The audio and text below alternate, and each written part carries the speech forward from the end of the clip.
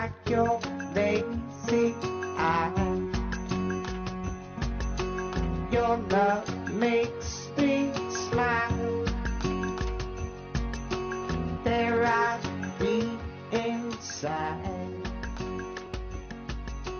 Fairy wing disguise. When your life is scary, I'm your huckleberry. Never.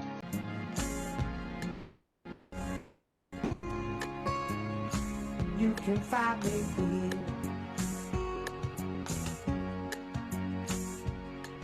Subtle sentencing. Watch me when I dream. Peek into my mind. Through my sleepy eyes. Watch out for silliness. The only genius prize you'll find. But we like this kind.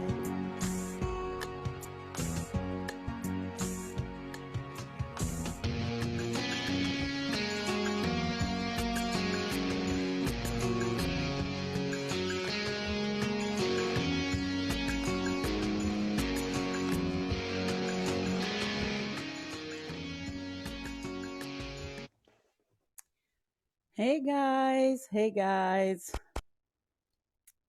So I am hoping you guys are ready for this show. My name is Deanna, and you are at the Laughter After Trauma show. I am a speaker, educator, entertainer, and coach that brings light and lightness to the heavy topic of trauma. I am a thriver after, and my journey led me to find my beauty, my inner self, and laughter in healing. I believe we're all magic. And I think that, we all have that ability to be self-healers. So the Laughter After Trauma podcast here showcases everyday people who have triumphed in the face of trauma. And they provide hope, awareness, connection, and a community by sharing a laughter after. So today's guest we have here is Deborah Vick. Deborah Vick is Miss Wheelchair, California, USA. So that is her title. She is a director of a nonprofit organization called VICKtorious. See what she did there? Her last name is Deborah Vick. I thought that was so cute. And I think that has a lot and says a lot to what we're going to hear from her, because it's about her victory. It's about her triumph, and really about how she found her laughter. She is in her nonprofit working to empower and advocate for people, help them for themselves, and to create inclusivity and community. So let's not keep chatting about her, and let's just actually talk to her. So Deborah, I am going to invite you to video. I got that invitation. There she is. And you guys check out her sunroof, or her whole sky roof. It's amazing. So she agreed to show up, even though they wound up in an impromptu trip. So just awesome. Amazing. So I appreciate you being here, Deborah. Of course. So, before we get into your story, why don't you give us a little background about you? Who is Deborah? Where are you from? Your family, careers, passions? Tell us about you. Alrighty. So I am married to my college sweetheart, who is the one driving right now. We have been together for almost 26 years. We have two beautiful children. a 12-year-old and a 16-year-old, both boys, a cat and a dog. Well, my service dog and a cat, also boys. I'm the only female. I've been a servant leader working in community service pretty much my whole life. I had always planned for a career in politics and then law. I had been really working towards advocating for those that are in the underserved communities, especially growing up in New York. I saw a big disparity in terms of education as well as access to legal representation. So that was where I was going with my life. I did my undergraduate in political science, did my master's in education, and was 5 units from that law degree before I had a challenge from the medical treatment that I was receiving, and it kind of really threw me off course. And as frustrating as that is, because it is still really frustrating, it also allowed me to develop advocacy skills that I can now use to help work with communities that don't necessarily learn how to advocate or speak for themselves and often are marginalized. So that silver lining, besides all that effort for the law school, was that I've gained these skills to help other people in another way. So it's interesting because you kind of started out down the path from the very beginning in advocacy. Before we get into you, like kind of giving us your background and your story, and we hear on this, show, we're really aiming to highlight the tools, the things you've used to overcome, and how you got to where you are now, why you're smiling, why you're happy, and but before we get to that, just as a little quick icebreaker, I find this kind of fun. I came across this today and I was like, well, I'm going to do this. So you're my guinea pig. Okay. It's a little this or that icebreaker type thing. And I'm just going to do 3 of them. Okay. And I think that this is a fun way my for people dog just sat up very alerting. Okay. Sat up very alert. Uh-oh. It's okay. It's okay. I'm not going to ask her about if she's a cat or a dog person, so it's fine. I don't have to pick. So in the this or that, let's go with, I'm going to go with this one because this one matters to me and I feel like, it might be revealing. Toilet paper, over or under? When you put the toilet paper roll on. I put it on. It comes over. Yes, I put it on over. Over. Usually. There you go. No, sometimes people who have cats do put it under because if they bat it, they can unroll, right? But if you put it on, you can't. So you said you had a cat, so I was too busy climbing my bookshelf, my crafting units, and just jumping over that. So I mean, that's where he likes to be. I hear you. All right. And then this one, we might kind of get a clue because of your trip that you're taking, but beaches or mountains? Okay. Well, normally I would say beaches because I love the ocean and I love to do the meditation and things like that by the ocean sounds. But I love to ski, and so I'm going to have to say the mountains because I'm getting one more day of ski. Sorry. It's really hard on my right, body. so you guys, really that's where she's headed lungs, right now. So it's worth it. There you go. I was like, actually, she's by the heading to way, the mountains you can right see now the lake to ski. from where we ski. We Oh, can okay. see the lake, So but then you kind of get the best ski. of. So I mean, we kind of get both. There you go. Best of both worlds. And then the last one, reading a book, even if it's an ebook or Audible books. I would usually say Audible because I like to create while doing things. So if I'm listening to a book, I can then still make my jewelry pieces or my crafting crafts that I do for my mindset practice. Oh yeah. So I would go with Audible. Yeah, wow, way to multitask and actually do it in a way that works. Right?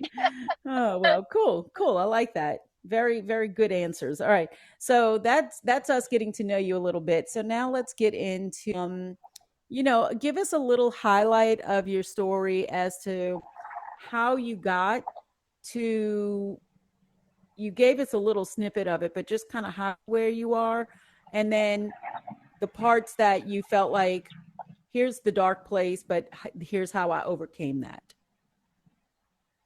Okay. So where I'm at is a really good place right now. It's taken me I would say a really long time to get comfortable with all the different challenges that I have and to embrace those challenges as part of who I am. And so that's been a very long self-discovery journey of acceptance and learning to not compare to what I was a year ago or a day ago or even 10 minutes ago, but to what I'm able to do right now. And it's taken a really long time to get there. So I would say I'm at a good place now because I know how to do that. There were definitely some dark places along the journey, and even times some that were kind of surprising to me.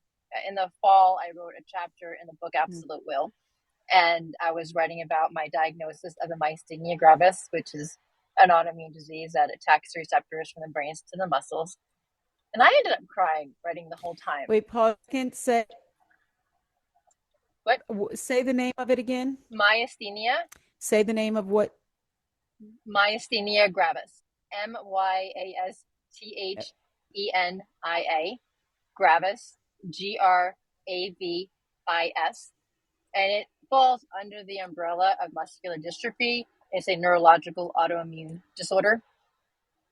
It impacts. It can impact my breathing, swallowing, chewing, walking, movement, all sorts of things. And when I wrote that chapter, I was in tears, not just during the writing of the chapter, after the writing of the chapter. I still can't read the chapter without getting, a little bit emotional. So I kind of realized I hadn't fully grieved the life that I thought I was supposed to have, but I have been able to change that verbiage from what the life I was supposed to have to what I thought I was supposed to have. So that was a huge breakthrough for me. Probably the darkest journey. So how did you do it? I'm sorry, I think we have a little bit of a delay because maybe because you're on the move. Right. How did you do that? What was something that you used to move from that mindset of what your picture of what your life was supposed to be, grieving that a little bit because that's not what it was, but accepting, self-acceptance, and what did you do? Really, what was your process? Part of it has been immersing myself and helping people, and people, as much as I am a person of service, it's not truly altruistic because I get as much out of helping others as they get out of receiving the help. But it's a great way for me to redirect and find a new purpose, right? And when you don't have one purpose and I planned for career in politics and law, and I worked for that from a very early age, I had to find another venue to put my effort and advocacy and knowledge into. And the other thing is, being a parent, I really embrace the mindset and the mindfulness programs so that I can teach my children how I want them to respond to things so that I can be a better role model. Let's face it, anybody who knows when you have chronic pain, there are just days that are just not so good, right? And learning how to manage that so that my pancreas is not being taken out on my poor teenagers was also a motivation. The other thing is, my boys are my cheerleaders.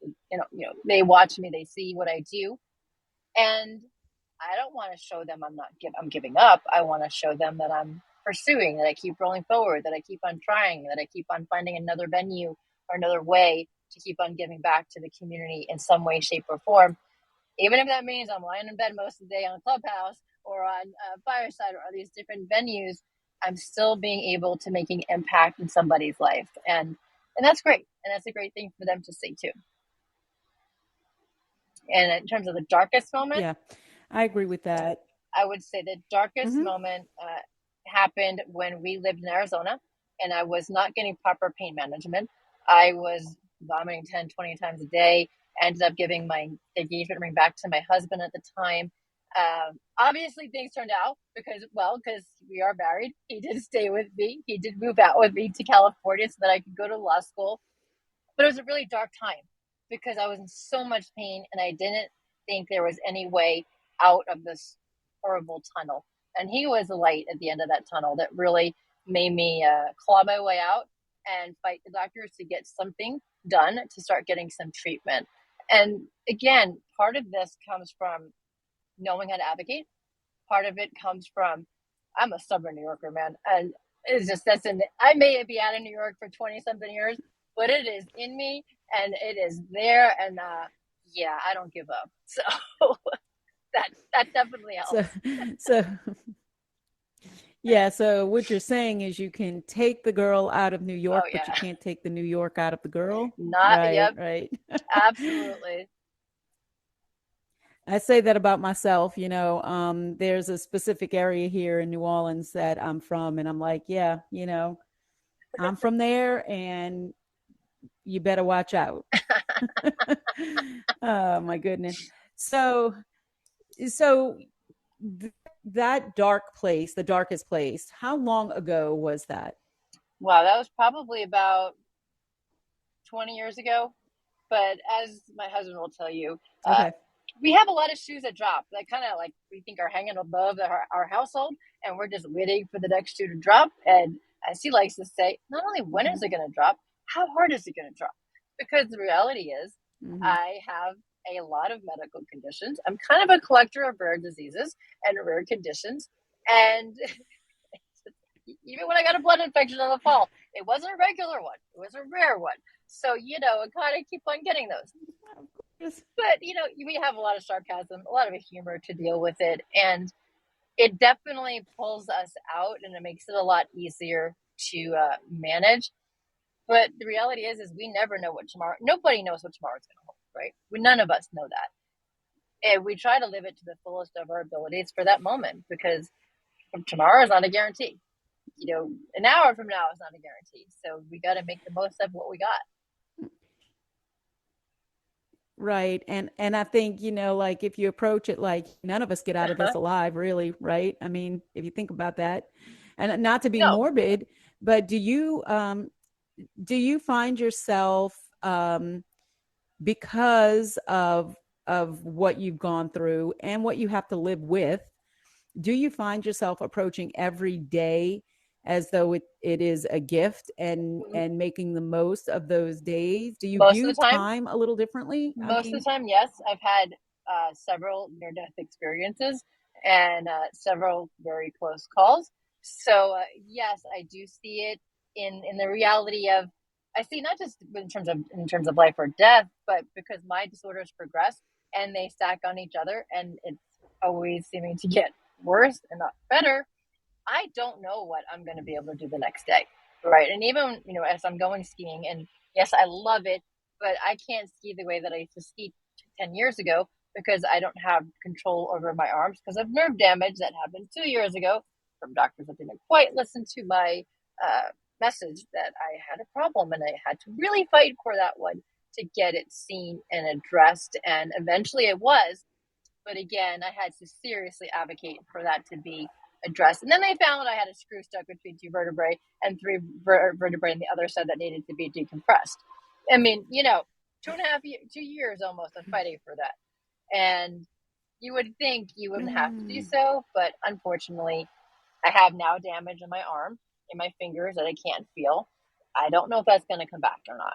It's because it was so long. The likelihood isn't so high.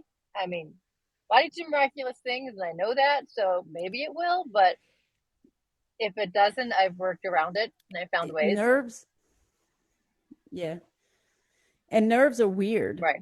Like they can come back 10 years from now. It's just people, I don't even know that they know all that they should. Right. But here's a question to you. So in that arena, when you are dealing with things like you have your diseases and you're in a place of chronic pain, do you find that because of that you have to actually work even harder to advocate for yourself Absolutely. because the doctors kind of pass that off as you're maybe you're exaggerating the pain or Absolutely. whatever? And like for you, like for instance, this particular problem you had was, I would assume it's due to a surgery. If you had a screw, right? So I am fused. You said did you say you had a screw? I am fused from C2 down to T2, and I've had, I don't know, I don't know how many surgeries I've had, but I've had a lot of surgeries. and I have a lot of hardware inside of me. So when children ask me what's wrong with me, I tell them I'm a decommissioned cyborg. But it helps break the ice. Uh, it's kind of funny too. But the reality is, yeah, there's part of it is I don't show pain. My dad was a teacher and is a retired teacher and coach, right? My mom is a retired nurse. So I grew up toughing it out, not showing pain. And one of the diseases that I have is called RSD, or now is CRPS, and it's a chronic regional pain syndrome. And that's where the nerves take all sensation as pain. And I remember being specifically told, there's no way you can have this whatsoever. And then I had to go through a very painful test at Johns Hopkins. And lo and behold, I had it on both of my knees, right? And the reality is, when you smile and you show a different perspective, they don't normally believe the level of pain one can be in. And even when I had my last neck surgery, it wasn't until they tried moving me and they heard me screaming that they realized, oh, she must be really in pain. I'm like, really? I have to scream before you listen? Yeah, I think it's ridiculous sometimes. Sometimes the way things happen, and it's also into the same thing with mental health, right? We were having this discussion this morning in one of the rooms that I was in, is that the impact that people could utilize the mental health for people who have chronic pain, but if they go get that help, often then they can't get pain management because doctors will then just say, oh, it's in your head, it's not real, and it's even when it is real. So it's definitely a very tough balance. What, like you can't have both? Nope, I would apparently think not. that somebody with chronic pain would Right. definitely impact Of their course. mental and emotional state. I mean, that just stands to reason in my Absolutely. mind. So tell me something then. Now, In the process, and you've been through a lot. I was going to say, I do have a I'm benefit. sorry, go ahead. I do have the benefit of the fact that I've been a peer counselor. I've been, a mediator, and I've taken, a number of communication and counseling and psychology courses. So, and mindset and mindfulness practitioners. So I do have a little bit more in my pocket than the average person managing severe pain because I have a lot of these tools already to work with, as well as my creative endeavors. So I have a little bit more in my back pocket, so to speak, to pull out to help me than necessarily the average person. Okay, perfect. Because that kind of leads straight into my next question, which is okay, so you have all of these tools. How do you put them to work to help others? What is the way in which you use those tools in service of others, which is the thing that is your passion that brings you your laughter, right? After. Absolutely. Even my crafting. So I love to create cards, and I can't create the way that I used to, but I can heat emboss and then do light watercoloring. My last surgery, like that's not my last hospitalization, the last neck surgery, I had pre-stamped a bunch of cards, brought all my watercolor supplies because I knew it was going to be there for probably 10 or plus days. So I had the room covered in my watercolor supplies making the cards, and I left it for the nursing and the other staff that helped care for me while I was there. So it was part of my gratitude as well as my mindset practice while I was there to keep myself refocused, but also in terms of the donation then to those who cared for me and took care of me. So I do a lot of creating and giving to people, and that is one of my passion projects is to actually create crafting kits for people with disabilities and provide them with the tools, the mindset, the gratitude, and the techniques and ways that they can create that won't cause them harm, but allows them to then turn around and donate to somebody else, right? Because it's always good to receive and it's always good to give. So I'm calling it the circle of kindness. So that is one of my passion projects. Okay. I love that. So is that okay? So let's talk just a second. We're not finished, but I do want to just highlight something. In the fortune cookie, I put your digital card. Yes. And is that a place that they can go and find all of the things? Because I didn't get an Yes. answer to that. I know you said you have PayPal and stuff like that. Okay, great. So they can go to this digital card if they want to donate to be able to allow you to gift your craft painting to other people, like that circle of kindness. Is that Right. what you called it? Yes. I believe my circle of kindness is on there. Okay. If not, they can email me directly and I can give them the PayPal link. I'm pretty certain it's on there. It's also on the Victorious website as well. And so, yes. And the website will be linked Yes, in this card too. So they can kind of find mostly where exactly. you are. Okay. All right. Real quick, short pause because I forget to do this at the top of the show, but let's just go through and welcome the people here because sometimes I forget to do this. Will, Lolita, who is going to be a guest on an upcoming show. How you doing, sweetie? Wendy, my girl. Allison, Sam and Dave from the Married Couple podcast. If you guys want to tune into that, they are on Wednesday nights. I don't remember the time.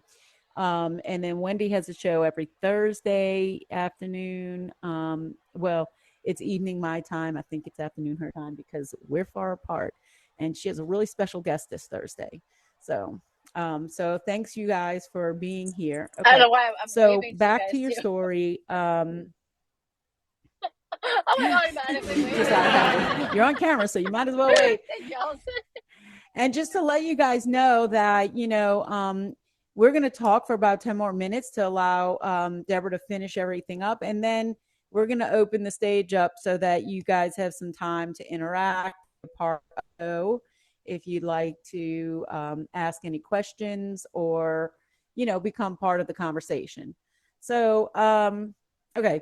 So going back to this, so you have your circle of kindness. That is separate, I will assume, from Victorious, which is the nonprofit. It is part of so Victorious. Tell us a little bit about your nonprofit. So it is part of Victorious. It's one of my passion projects Okay. under the umbrella of Victorious. So Victorious is really created to help empower people of all abilities and bringing the whole person approach, right? Not just the advocacy training, not just the life skills, bringing the mindset, the gratitude, the mindfulness. I actually lead meditations. I do the singing bowls and sound baths, bringing it all together. Because the reality is, when I want to go get medical care, I want the whole patient, whole person approach. And I really believe it's the same thing when it comes to empowering people in terms of giving people that voice, giving people back their voice, giving them that courage to speak up and communicate their needs and finding their place in this whole scheme of the world within necessarily how they might fit within the world, right? And you really need that whole element brought together. I like to say I look at things through the lens of gratitude, and because that mindset, it makes a difference. I mean, my last 2 times in the hospital, I think I lived in the gratitude room almost the entire time because it helps. So let's talk about that for just a couple of minutes here, because I come from this place too, where it is, that you should have gratitude for everything, the good, the bad, and all of it in between, right? And when you have the ability to tap into that gratitude, even for the things that it's easy to be grateful for the good stuff. I mean, let's just face it. But I know for me, when I was going through my healing journey, gratitude was a big issue. I was struggling to find gratitude in some of the things. And I felt like that 3-year-old stomping my feet going, you can't make me, because I felt like I didn't have to be grateful for that. And it was really because it was stuff that happened to my kids, not to me. And so it took me an entire year, and it actually is the thing that helped me come up with my 5 keys to getting back to being yourself and feeling at home within yourself. And one of the first things for me to be able to actually get into gratitude was going through forgiveness. Yes. So tell me how it is that you approach being in gratitude. Like, you might be used to doing it now, so you can tap into it, but I guarantee that's not how you started out. No, of course not. And nobody just So starts tell me, out being able to do that. I mean, that'd be great if we all could, right? The whole world would be a whole different place if we could do that. Goodness gracious, that would be amazing. But part of it really came from when I started. So I've been doing meditation for over 20 years. I've reached what Western medicine had for me by the time I was 28. Started doing binaural beats, breath work, and all that kind of thing. But really, the past few years, I really started embracing the mindset element, the gratitude element, I actually started taking certification classes and facilitation programs because I wanted to learn how to create a mindset program for people with chronic illnesses. Because that's really hard sometimes to be grateful when you're in a whole lot of pain, or you can't get out of bed, or you're struggling to get your medications. But it's how you can choose even the smallest things to be grateful for, whether it's like seeing a blue sky or hearing a bird or having a moment where you can breathe without challenge, right? I mean, whatever it is, there's something small that you can focus on. And so I started out with the training that I had a rock. You can put a rock in your pocket. Every time you touch the rock, think of something to be grateful for. I made a bracelet. So I'm a my intent bracelet maker. So, I stamped gratitude on one of my intent bracelets. And every time I looked at it, I kept on trying to find something to be grateful for. And of course, having my family definitely they do quite a lot for me. So that definitely was an easy gratitude there. My little service doggy who's curled up next to my leg right now, those definitely help.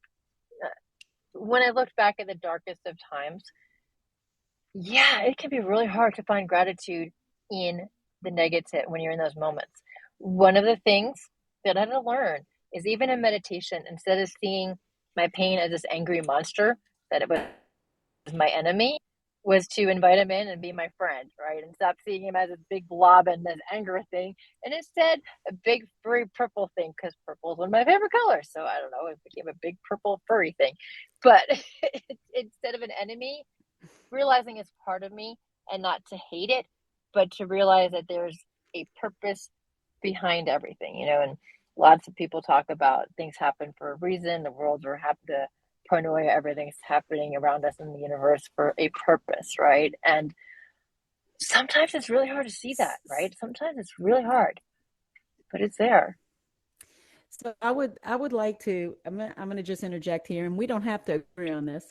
Right. I'm not a fan of everything happens for a reason, as though the Okay. universe is conspiring against us. I don't think the universe is ever really conspiring against us. And I look at children I think and it's for things, us. because part of my involved my kids.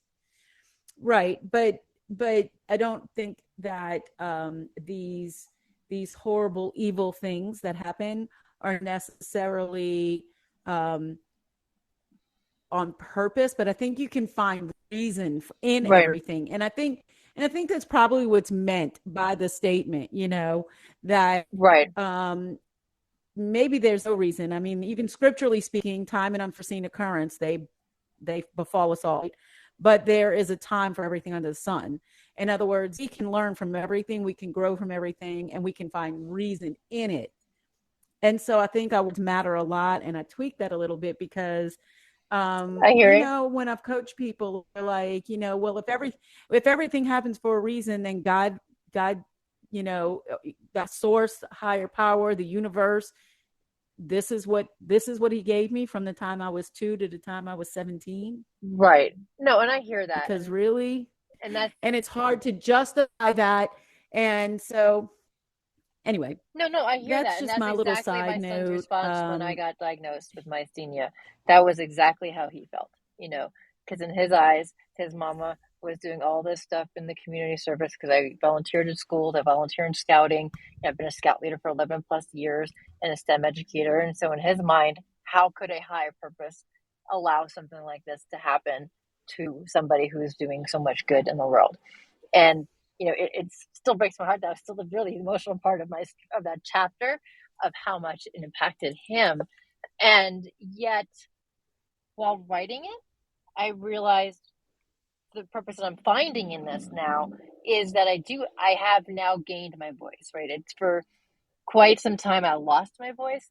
I lost the comfortability in speaking. And although people do feel that I am eloquent, I don't really feel eloquent, but I have been working on it. I am not the speaker that I was prior to my cognitive challenges and my neurological disorders. It's really hard not to compare to where I was and where I'm at. But at the same point in time, I know I have grown tremendously over this past year, just with Clubhouse and with coaching and with voice coaches, and learning to embrace those challenges, laugh about them, and my squirrel brain, instead of, saying, I can't remember, I got a squirrel brain going on here. And, make it comfortable for people, because many of us have brain fog, many of us have challenges. It's all different, but we can all relate to the fact that there's somewhere in point in time, every one of us has to pivot, and every one of us has to find a new path towards our true higher purpose, right? And it's not always easy, and it's not always something you're going to see right away. I mean, it took over 5 years for me to find the silver lining of the myasthenia gravis, because it kicked me in the butt, took names and then some, when it was later on top of my other disorders, because they really do not belong in the same person. It's really, really rare to find them in the same person. And it's really rare. And, it makes things very challenging. I like to challenge doctors. I mean, I tell them all the time, that's my goal in life, to challenge people. But hey. There you go. It's your gift. My gift, All right. Well, with that, yeah. So with that, I would, if it's okay with you, we can maybe invite some people up if anybody would like to come up to the stage, ask questions, get involved in the conversation, share with us any of the things that you might have benefited, but also maybe something that you would like to see as far as how could you put some of this stuff to use? Do you want any specifics here, or maybe you have tips and tools that we could use? You never know. So we'll leave the stage open for that, if you guys want to jump up and become part of. Come on up. In the meantime, there was like, come on, you can do it. I was about to do that wave. Come on up. It's funny because it's so polite and different here, right. And so people are hesitant to get up on the stage. It's like, come on, just join the conversation. You don't have to be on video. Just a warning, that's not a necessity. But you can be if you want. But going back to for a minute while we're waiting to see if the audience will warm up to us. We don't bite, guys. I promise we don't. Going back. Sorry. Well, speak for yourself. Oh, but going back to this, could you give us something? Okay, so in this, I get it, and I think I heard you say in this too, is that the biggest and most emotional part of this was even worse when you saw kid through and coming to terms with all of this stuff that was going on.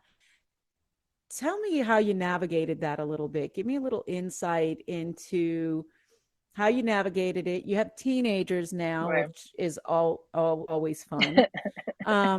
But tell me how you navigated. So just look, I got 2 grown kids. Okay, so I'm like 29 and 31, and I would not go back if you pay me millions. I'd be like, nah, I'm good. I'm okay. I'll be all right. So just out of, curiosity, some of the things that you maybe you've had to go through some real conversations with your kids. We've had some of those hard conversations. And just talk about things. The one that probably stands out the most was when I was diagnosed with myasthenia gravis. My older son was just 11 just shy of his 12th birthday. 11 3/4 or so, around there. And the first thing he asked me is, could I die from it? And, you can't lie, because there's this thing called Google now, right? So you can find out anything you want on Google. So I had to really address the situation with, the respect, because he was really concerned for me, right? To really express, well, reality is 10 years prior to my diagnosis, there was a pretty high fatality rate.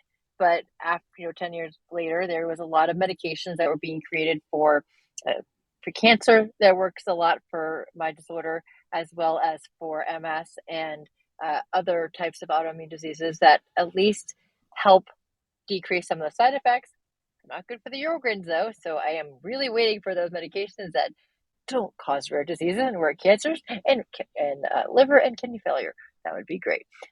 But the reality is, it's tough because my kids at times, they're my caregiver, and it sucks as a mom. I mean, I know moms in general feel guilt, and in some way, shape, or form, I think every mom has felt guilty at some point.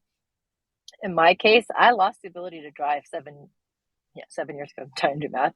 7 years ago, I lost the ability to drive, and that definitely impacted the activities that we did. I mean, we do Taekwondo. I did it for my wheelchair, but now I have this breathing issue going on, so it's a lot harder to do things like that. And that transition wasn't easy, especially for my older son. Both of my boys have seen me unconscious on many occasions.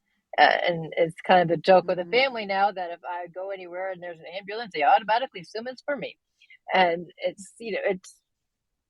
I've been in a lot of ambulances enough that my service dog goes right on in without any hesitation. So the last time I had to go to ambulance, they were kind of shocked. I go, yeah, he's been in quite a few. So it is challenging at times because my kids have had to grow up faster than other kids.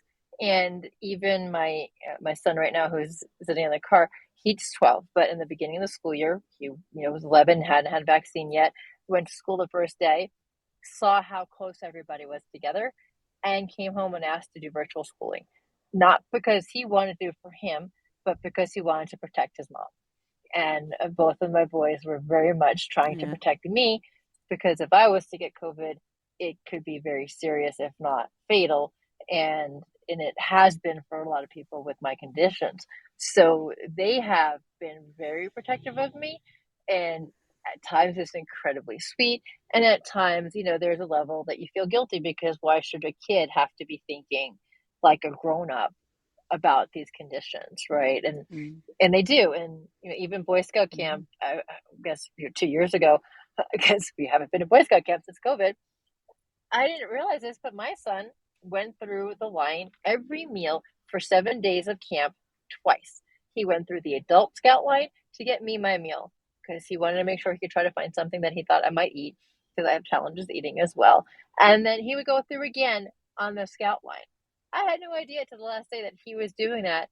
He was trying to be of service to me to make sure that I had something, And so when you see these things, it's beautiful in one way. It's so sweet that they're thinking of it. And then the other way, it's like, oh, I feel so bad that my kids have to think this way and have to be so concerned for me and things like that. So it's a catch-22 kind of a thing, right? It's a beautiful thing to see the growth, and yet it's a sad thing that they have to do that, because I wouldn't want them to have to do that. So, yeah. Right. But on the flip side of that, I think about the fact that of what we try to protect our kids from is, that they, maybe they don't need to be protected from Right. it, is, I guess, They don't need to my thing is that, it's possible. I think I'm doing this. I don't really know. Hi, Allison. Somebody has to come up and oh, okay, I did it. Okay. I was like, I don't know if I'm doing this. But the thing is that I 1 second, Allison, I'm going to let you talk in 1 second. But do they need to be protected? Is there some level at which we should normalize this conversation? Just like we should normalize frank discussions about drugs I normalize and frank discussions about sex, so that our kids do not learn this somewhere. That's exactly it. We don't want them to learn it on Google. That's exactly. we don't want them to learn it there. So for that exact reason. Normalizing these conversations would be smart. Right. Even when you're talking about palliative care or end of life care, right, it's not a fun conversation. It's not an easy conversation, and they can take it in whatever levels they are at. But I do think that it should be an honest discussion. I have just real quick, because I don't want this to be about me, but I have a really good friend of mine undergoing surgery today who has Friedreich's ataxia. So again, some crazy weird Immune. it's a genetic disease. It's in the muscular dystrophy family. Anyway, Right. the thing is, she was basically my daughter's big sister that she didn't have, right? Because they're only a few years apart. And when my daughter asked me this question, she herself did not know her prognosis. Right. Like she did not, she was not confronting her own prognosis. And so she told my daughter, because my daughter asked her, because they were like sisters, and she told my daughter, "Oh no, it's not. It doesn't. It's not going to kill me." And so I had to take her. I had to, because she asked me about it afterwards. Had to explain a little bit more to her at age, I don't know, 12, like your son, Right. and go, okay, well, so in reality, this is how it works. Right. And she may not be fully aware herself of how it works. So Yes.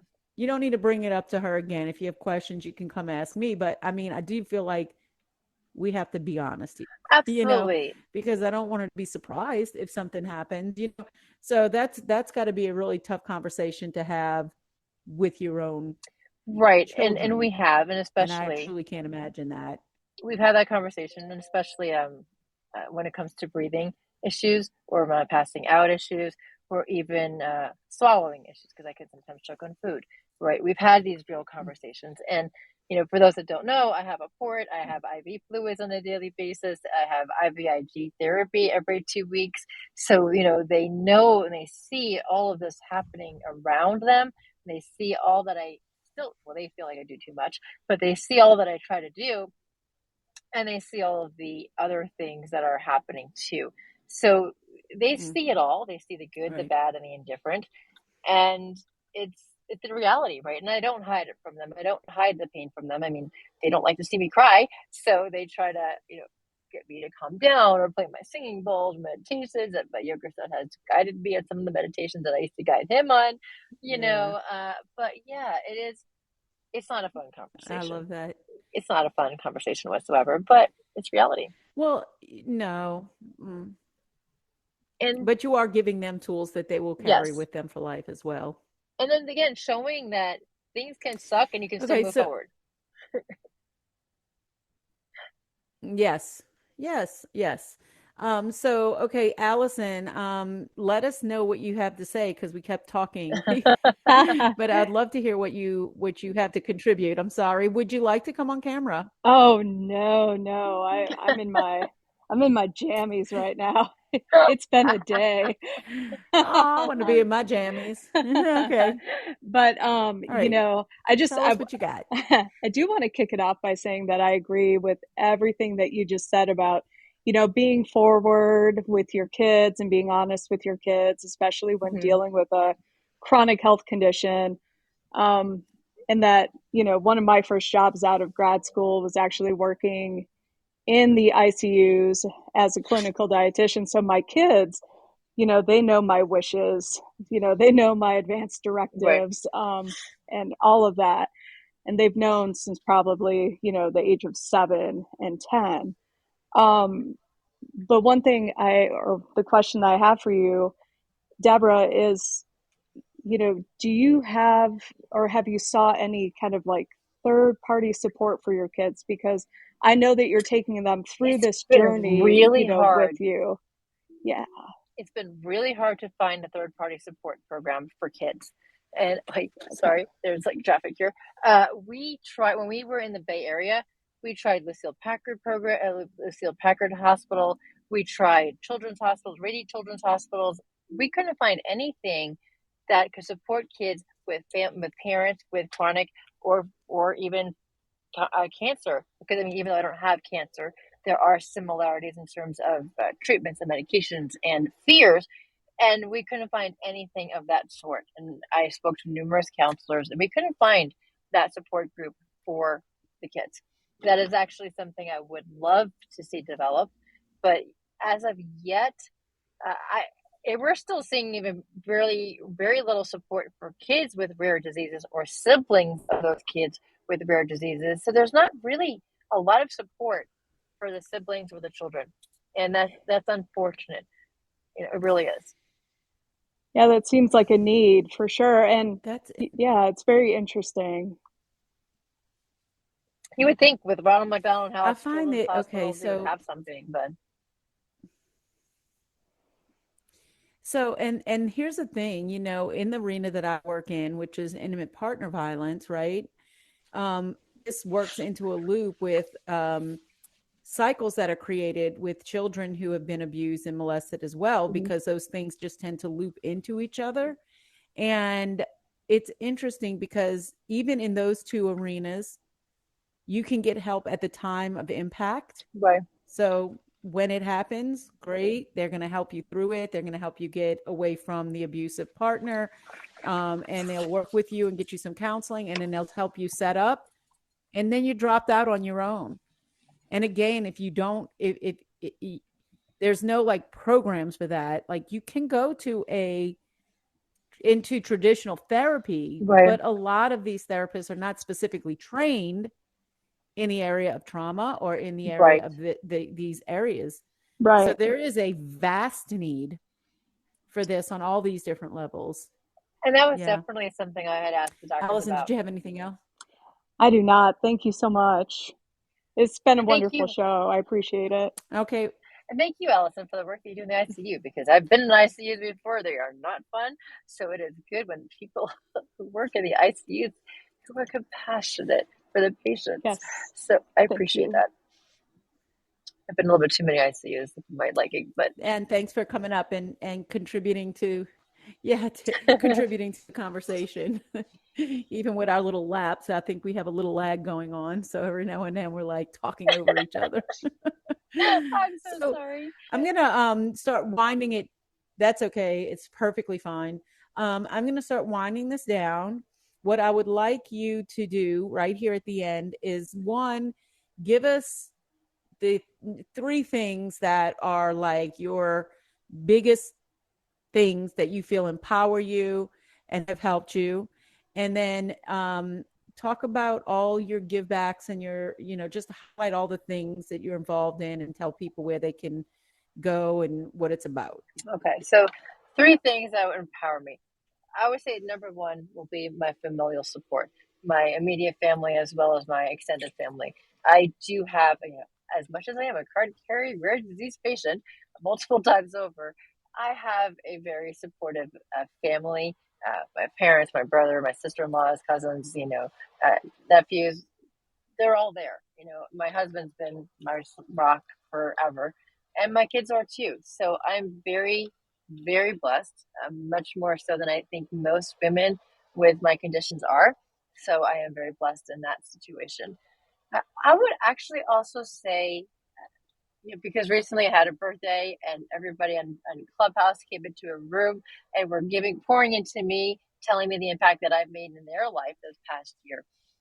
And that was a high that has just been going on since March 2nd. It's still been going on to realize the impact that I can still make with my limitations, right? So knowing that I can be of benefit and of service to people and help people, that's a huge, huge thing for me. And it definitely keeps me moving forward or rolling forward, whatever you want to call it. And yeah, yeah, I always say keep rolling forward. Like keep moving forward, keep rolling forward. And I would say, the finding of my voice again, finding of that confidence to start speaking and sharing my story, the good, the bad, the indifferent, things that some of the things like my doctor wants to start talking about the pelvic floor dysfunction, things like that, and learning how to find that voice. And yeah, it's a little bit, but I'm trying to get there.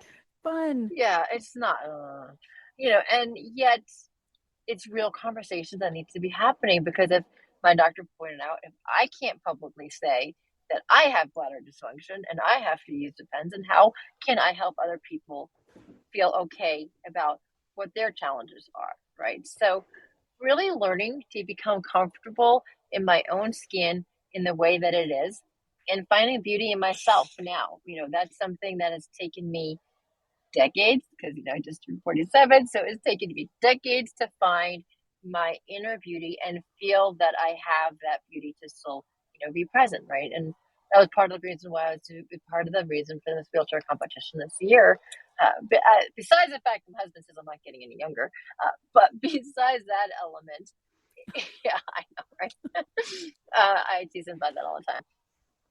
It was also I want to make sure that I leave a carbon footprint for people behind me, coming in behind me, make things a little bit easier, a little bit more acceptance, a little bit more feeling that you can be beautiful whether you are standing or sitting, whether you are large or small or in between, whatever color skin you might have, wherever you are from geographically or economically. We all have something of value to give, and we are all beautiful in our own way. And it's taken me a really long time to get there, and that is now something that is really empowering me and pulling me through a lot of these things. And it's why I'm doing this competition. Is partially the advocacy element, and partially is I want us all to realize that we are all beautiful in any way that we come across. That's just who we are, and finding that beauty sometimes takes a little bit, but it's there.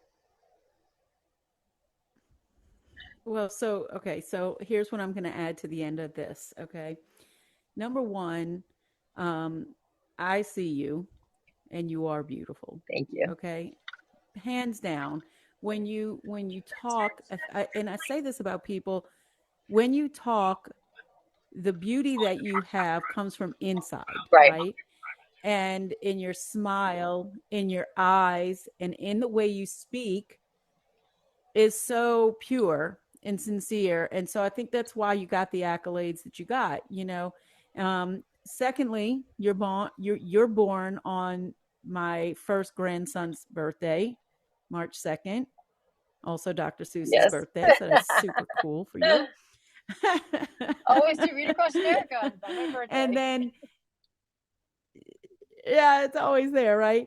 And then third, you know, that I think is key. And I think something that everybody here can take away from this is that part of going through any sort of trauma, you feel like you've lost a part of yourself, if not all of yourself, right? Right. And for you, it was your voice. And so hearing you speak, knowing that that's what happened, and hearing you speak and being able to share and to be able to advocate and to be able to create this nonprofit and to have subcategories in there for your circle of kindness, I think that it's all amazing. Thank you. And because of the beauty that you do this with, it's going to go exactly where it's supposed to go, right? It's going to do exactly what it needs to do. And yes, you know, right. The world needs you. Thank you. So And I love that. I appreciate you so much and what you're doing here. It's just so beautiful. I really do appreciate that. Oh, thank you. So that being said, I want to tell you, thank you so much for doing this, for showing up on the road, traveling, helping everybody to see how they can find their laughter after, and just shining a light so that people can say, okay, if she can, I can. And that's how I feel. You know, when I shared my story, I just got tired of sharing my story. That's why I want other people to do it. So, you know, I love that you came on here and did this with me. So I appreciate you tons. Thank you. Go to this link, you guys, in the fortune cookie. That will take you to her card. The card will allow you to find her wherever. If you would like to be a part of her nonprofit, there are ways in there, or you can reach out to her directly by her contact info on there to be able to donate to VICKtorious. That can help in so many different ways, whether it's towards the nonprofit, towards the circle of kindness. I love that little thing. And you guys can, you know, connect. Just connect. That's what I'm doing here. So, and I have a page, you know, this is all about creating connection. I have a page for Miss Wheelchair Competition. Oh, there you go. Because I have to raise funds for the competition, because it all comes out of pocket to go to the nationals as well as our fees. So raising funds for that too. If anybody wants to sponsor. Oh, right. So, right. Okay. Okay. All right. Good. Good. Putting it out in the all universe. Right. So that's. I think that's it. That's all we.